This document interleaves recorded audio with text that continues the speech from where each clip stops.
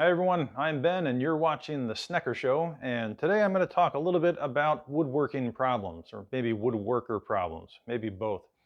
I don't know if this happens to anybody else, especially not the hobby woodworkers, but I tend to start more projects than I actually finish.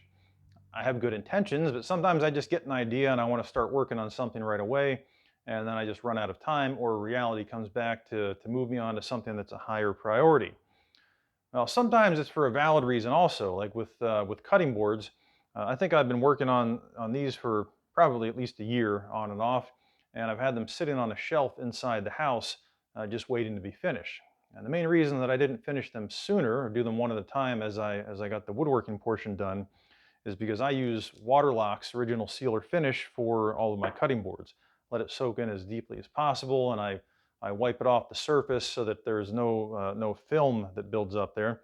It's just I use it as a penetrating oil to get deep down inside the wood fibers, and it also helps stabilize it and prevent it from cracking because it soaks into the wood fibers deep inside the board that would otherwise be filled in with water, causing expansion and contraction that can damage your board. So I like to use Waterlox, but if you have ever used that product before, you already know that once you open the can, the clock is ticking and it's going to gel over before too long, making it pretty much unusable.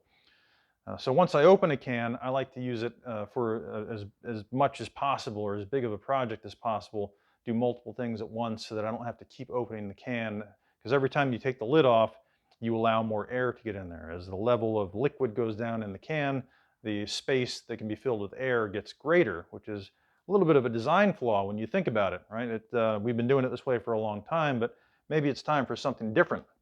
Now, there are a few options for pushing that air, the oxygen air, out of the can.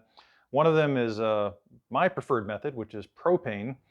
This is, yes, propane is flammable, but so far I have a 100% success rate of not lighting it on fire. I'm pretty stoked about that. I'm going to try to keep that winning streak on a roll. You can also use Bloxygen. It's an inert gas that will likewise displace the oxygen out of the can, so your finish doesn't gel as quickly. But I found even when using that, after about 5 or 6 projects, it is going to start, at least Waterlox anyway, is going to start to gel over. You'll get a little bit longer with polyurethane and some other solvent-based finishes, but Waterlox is just doesn't last once you open it up. But I love it for cutting boards, so I'm going to keep using it. And one of the ways that I get around the cost is that, well, this is my last can of Waterlox. I bought 6 gallons about 10 years ago for around $150. And if you priced it recently, you'll know that that was one heck of a deal. But after I buy it, I get these empty quart containers at the hardware store, or you can get them online too.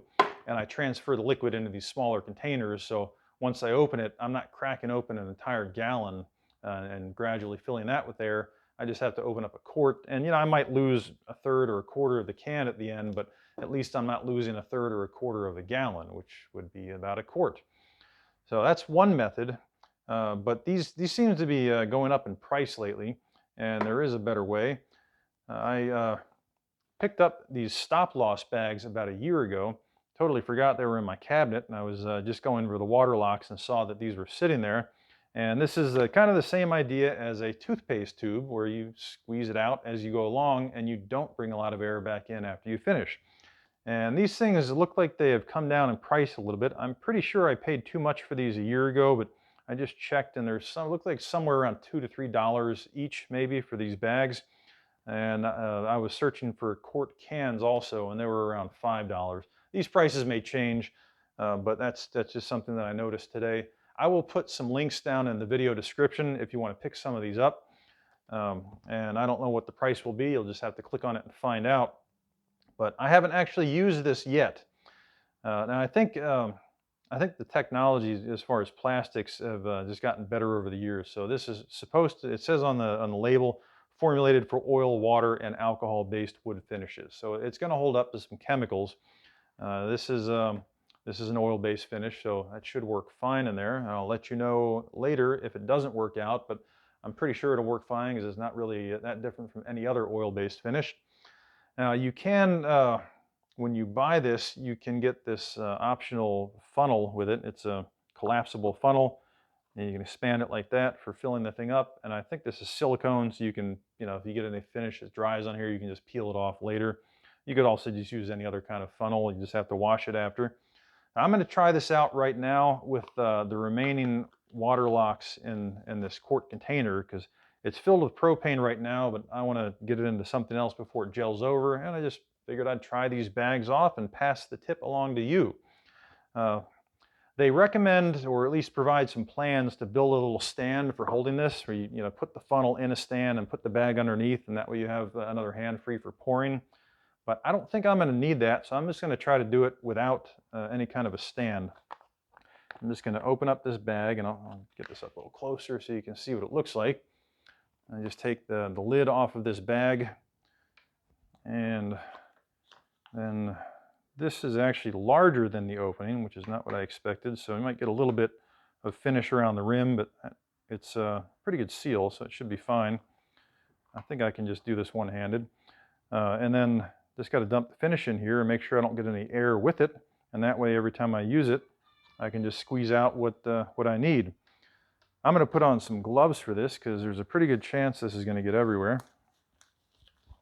And I might finish the video by recommending that you build a little stand for this. But we'll see how this goes. This is only a half quart, so it's shouldn't be too bad.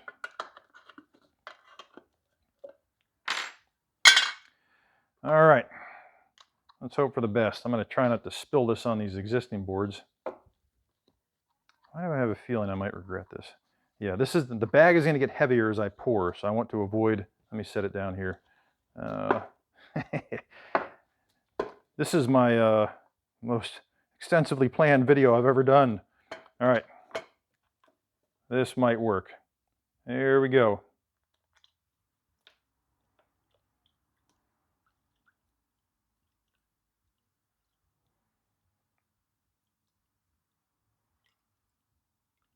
So far, so good.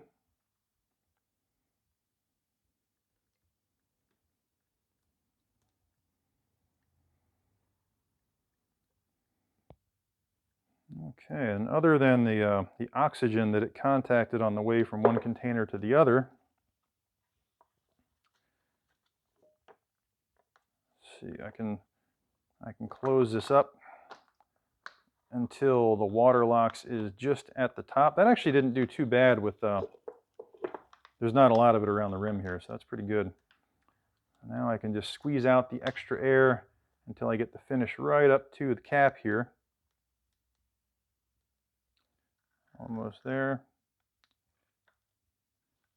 And, oh, stop.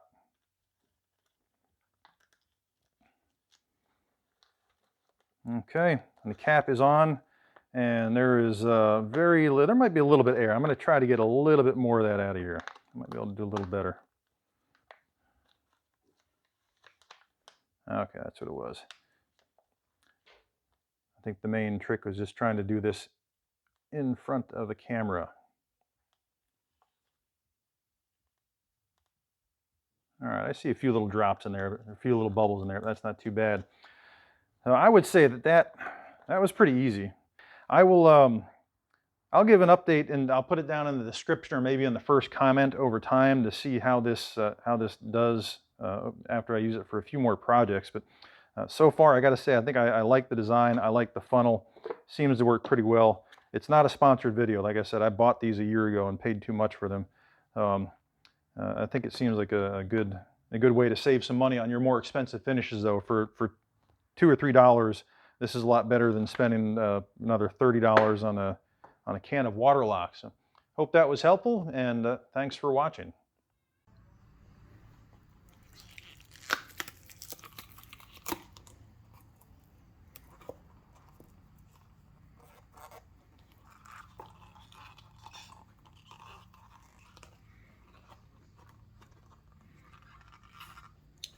This is a little bit of work with Waterlox. It comes off cleanly, but it comes off in very small pieces.